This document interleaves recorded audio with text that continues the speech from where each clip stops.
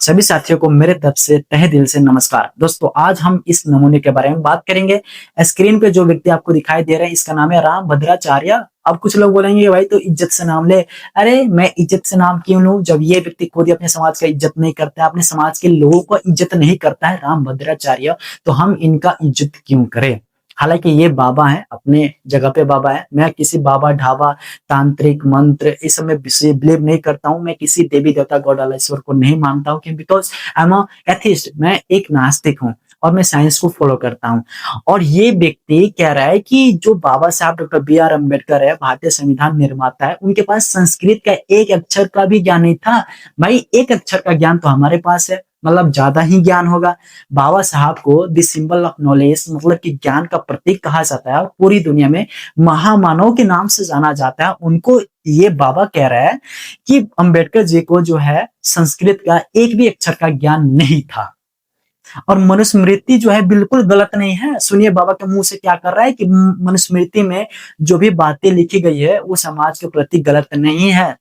ये बाबा मतलब आंख से भी खराब है और दिमाग से भी खराब है, मुझे लगता है।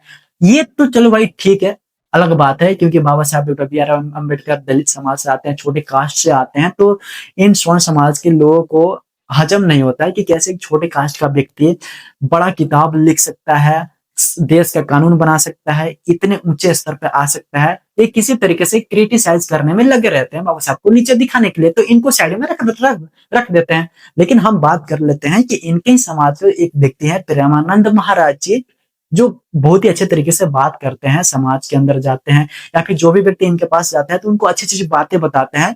कभी कभी वो भी गड़बड़ कर देते हैं, हालांकि उनकी अच्छी बातों को मैं नोटिस कर रहा हूँ। उन्होंने एक बात बोला था कि अगर जब भी आपको बीमारी हो तो आप झाड़ फूक के में ना पड़े, आप तंत्र मंत्र में ना पड़े, आप सीधे हॉस्पिटल जाइए और अपना इलाज करवाइए, इससे कुछ नहीं होता है। उनको ये बाबा रामभद्राचार्य कर रहा है कि प्रेमानंद जी को संस्कृत का कोई ज्ञान है ही नहीं। भाई देखो इसके अंदर इतना घमंड भरा हुआ है, इतना जलन भरा हुआ है कि अपने समाज के लोगों से ही जल रहा है।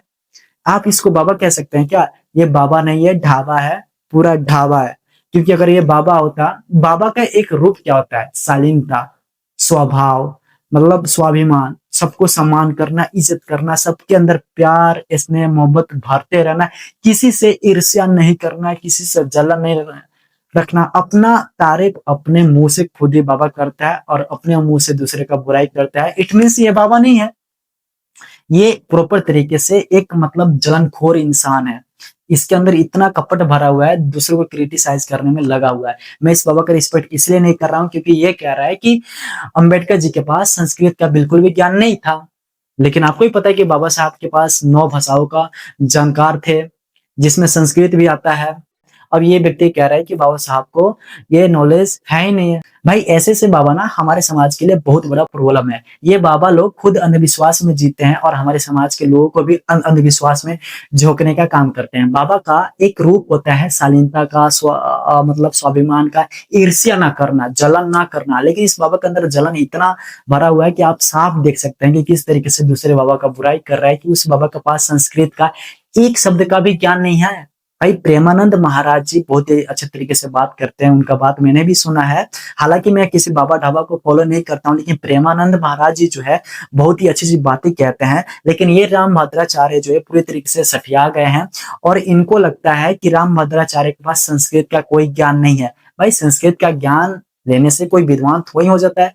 ज्ञान का मतलब होता है कि आपके अंदर चेतना कितना विकसित है, आपका माइंड कितना विकसित है। इसका मतलब ये थोड़ी कि संस्कृत आपके पास नॉलेज नहीं है या फिर इंग्लिश आप नहीं जानते हैं तो आप अज्ञानी हैं, ये नहीं होता है। बाबा का एक रूप होता है, उस गरिमा होता है, आप उसको बरकरार करके रखिए। ये तो आतंकवादी हो गया ना, दूसरे से जलना, ये कौन सी बात हो गई है। हालांकि आज के टाइम में देखा जाए तो बाबा हमारे देश में बहुत ही पूरी तरीके से पनप रहे हैं और ये धर्म को बिजनेस बना लिया है और लोग भी काफी मूर्खतापूर्ण इनके तरफ चले जाते हैं, इनको सपोर्ट करते हैं, इनको पैसे देते हैं, इनके गुणगान गाते हैं। हालांकि कुछ होता नहीं है। मिलते हैं नेक्स्ट वीडियो में, पूरी तरीके से धुलाई करेंगे। तब तक के लिए बाय बाय।